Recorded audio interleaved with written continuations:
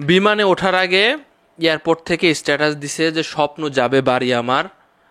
প্রায় ওমানে ছিল 2.5 বছর, 2.5 বছর পরে দেশে ফিরতেছিল। মানে এমন ঘটনা, জাস্ট আমি আগে একটু বলে নিই সংক্ষেপ, যে আপনার চোখের সামনে আপনি দেখতেছেন আপনার ফ্যামিলির মানুষজন গাড়ির ভিতরে ডুবে যাচ্ছে, আপনি তাদেরকে রক্ষা করতে পারতেছেন না।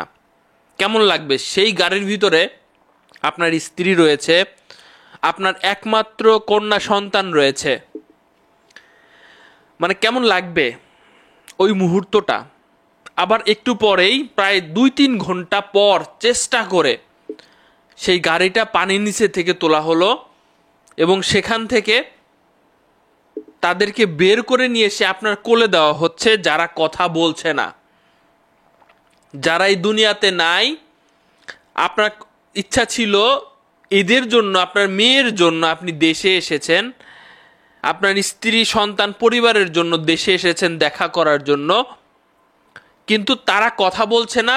তারা একসাথে 6-7 জনকে আপনি বের করছেন, একজনও আর নাই দুনিয়াতে। ভুল গাড়ির ড্রাইভারের। হ্যাঁ, সময় হয়তো মানে সময় ফুরিয়ে গিয়েছিল, হয়তো না, মানে সময় তাদের ফুরিয়ে গিয়েছিল, কিন্তু ভুল গাড়ির ড্রাইভারের। আমাদের সচেতন হতে হবে কিছু কিছু বিষয়ে। কেমন ড্রাইভার আমরা সিলেক্ট করতেছি, ঘটনা আমরা একটু বলতেছি। বাসার একটু কাছেই এমন ধরনের ঘটনা ঘটেছে। বাহারউদ্দিন ওমানে গেছেন, সেখানে প্রবাস জীবন তার শুরু হয়েছে। 2.5 বছর প্রবাস জীবন থাকার পরে দেশে ফিরবেন।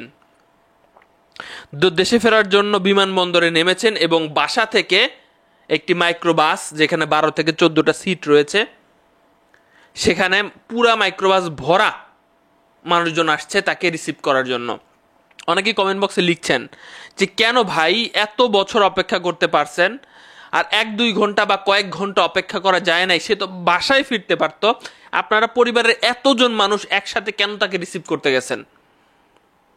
এই জন্য অনেক সময় মানে মুরব্বীরা বলে, বুঝছেন, যে পরিবারের সবাই একসাথে কখনো জার্নি করবা না বলে। এখন আপনাদের বলে কিনা জানি না আমি। তো পরিবারের গুরুত্বপূর্ণ মানুষ, প্রায় 12-14 জন মানুষ সে মাইক্রোবাসে করে তাকে রিসিভ করতে নিয়ে আসতে গেছে। যতটুকু কিছু কিছু জায়গায় শোনা গেছে যে ওই ড্রাইভারটা নাকি একটু কম বয়সী এবং ইনকাম করতে হবে। ড্রাইভারের কথাবার্তা হচ্ছে ইনকাম করতে হবে। ভাই ঘুম পড়ে, রাস্তায় গাড়ি চালাচ্ছিল তাদেরকে নিয়ে, মাঝে মধ্যেই ঘুমিয়ে যাচ্ছিল।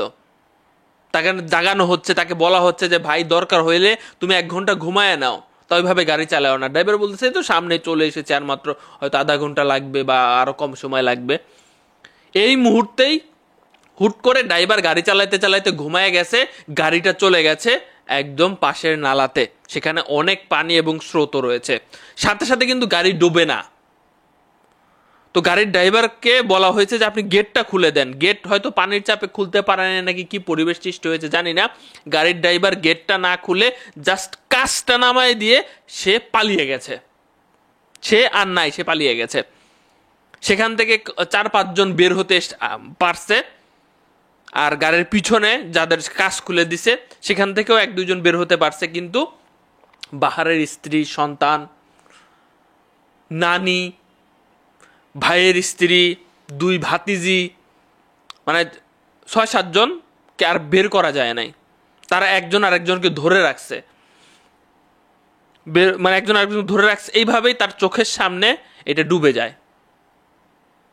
এবং সেটা উদ্ধার করতে প্রায় 2-3 ঘন্টা লেগে যায়। কিন্তু 2-3 ঘন্টা কি মানুষ পানির নিচে থাকতে পারে না। খুবই দুঃখজনক একটা ঘটনা।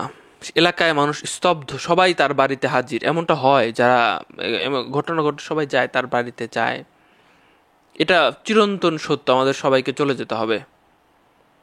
তবে সাবধানতা যেটা বলি আমরা, আপনি খেয়াল করবেন গাড়ির ড্রাইভার আসলে ঘুমাচ্ছে কিনা, গাড়ির ড্রাইভারের সাথে থাকবেন, দরকার হলে তাকে রেস্টে দেন এবং যদি পারেন জানলাগুলো খোলা রাখেন যাতে বের হওয়া যায় এমন পরিবেশে। এটাই লিখছে মানুষজন কমেন্ট বক্সে। দুঃখজনক।